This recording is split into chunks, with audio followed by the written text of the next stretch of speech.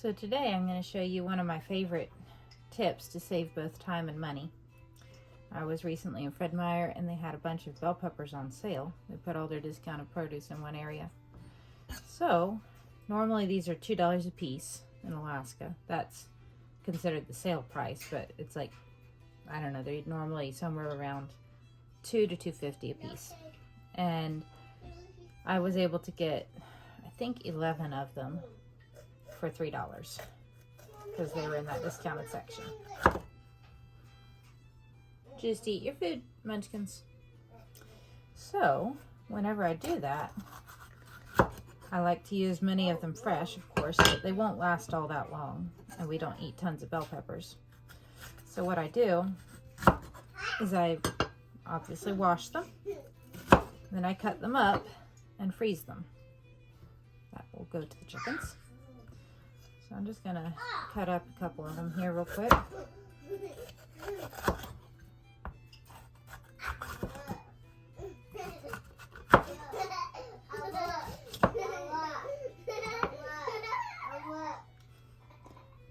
Having fun, are we? Yeah. Eat your dinner, girls, or eat your lunch. I'm gonna try to get every little bit off here that I can. There we go. All right. Now I could stand here and just chop forever, which the Ulu knife makes that pretty quick, as you can see. It has broth in it. Good for you. Or I could just cheat and do it this way.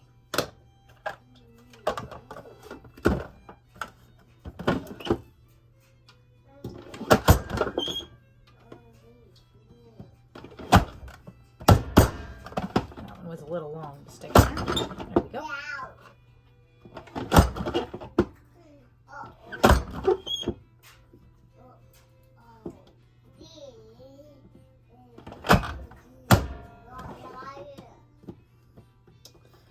So I'm not a huge fan of kitchen gadgets, but I've found that some of them really make a big difference in the amount of time that you spend on any given project. And this chopper is one of them.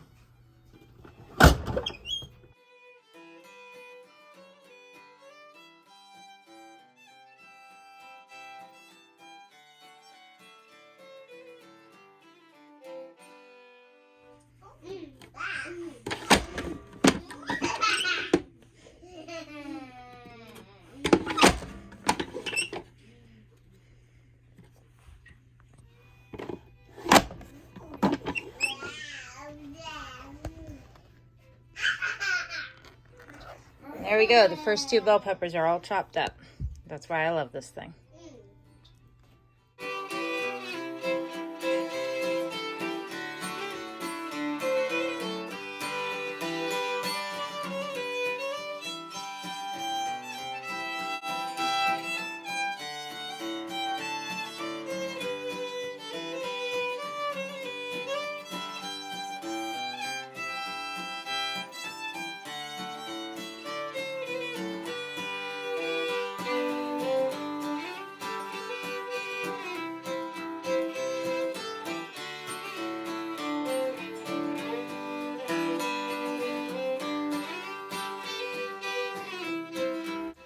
So something I've been contemplating a little bit lately is whether I am crunchy and just didn't know it. So crunchy, kind of a, as I see it, more health conscious mindset.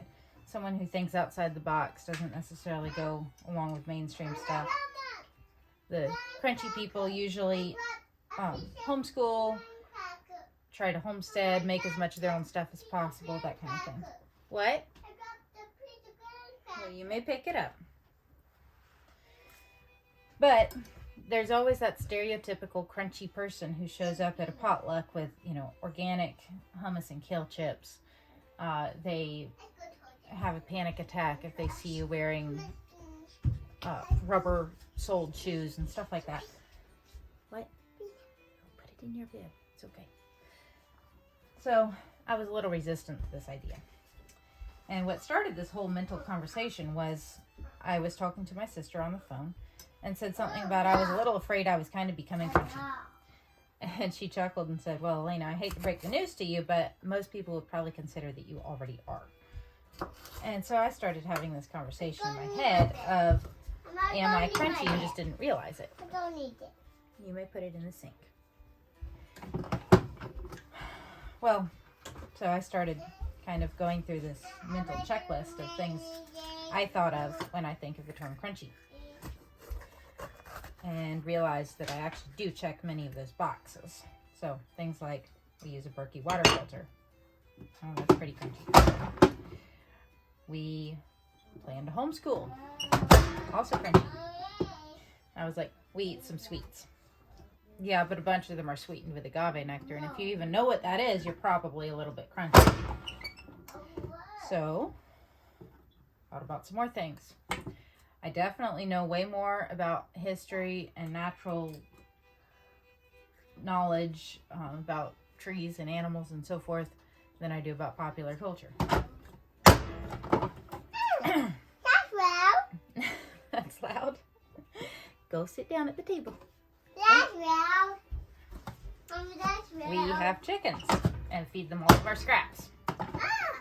I like to grow a garden. Doesn't mean I'm good at it, but I like to. I read the labels on almost everything. We eat organic when we can afford it. Oh, I've recently started questioning my laundry detergent choices because, God forbid, there could be dyes and things in there that might cause cancer.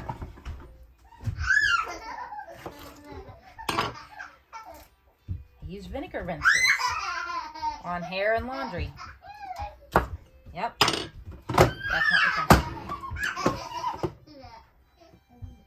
I make almost all of our food from scratch with very few processed ingredients. I sew many of our own clothes. And it really pains me to see anybody drinking anything hot or eating hot food out of anything plastic. By that same token, I don't use silicone baking mats, and most of my kitchen dishes and appliances are either glass or stainless steel. Cook in cast iron, not Teflon. Let's see, what else? I was still kind of resistant to this idea, though, that I might be crunchy. I was like, we use store-bought lotion. Yeah, but then I read the label and decided we better make it ourselves. Oh, there's some other stuff. I'm forgetting now everything that came to mind. Oh, I drank coffee. Yeah, and then I realized it's Swiss water processed decaf coffee. And you don't really even care about that unless you have noticed that often they use formaldehyde and other harsh chemicals to process the coffee to get out the caffeine. So, again, kind of crunchy. But then I thought of one last thing. I was like, nope, that does it. Can't be crunchy. It's like, I don't do grounding. And then, almost as soon as I thought that, the realization hit me. You don't even know what grounding is unless you're at least a little bit crunchy. So, I guess I am. However, I do not find my identity in being crunchy, nor do I ever intend to bring organic hummus and kale chips to a potluck. Pretty sure my husband wouldn't eat any of it if I did. So, I'm still a little bit normal.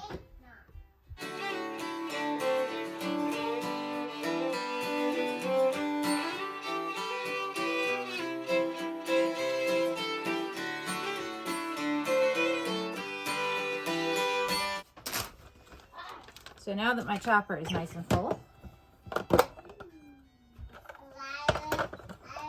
see, with all these nice little chopped pieces of bell pepper, I could dehydrate them, which I have done many times, and which I like to do because it's not dependent on electricity to store.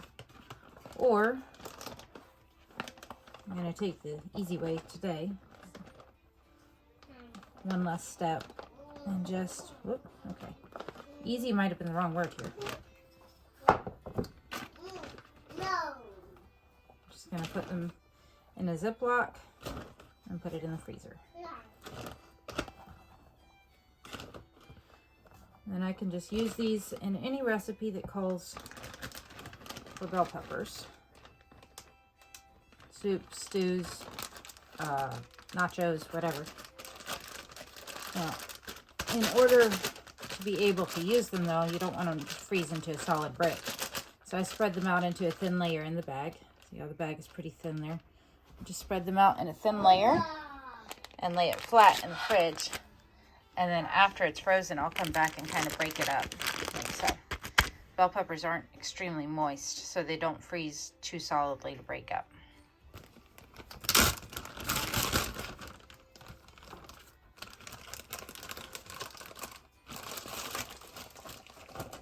There we go.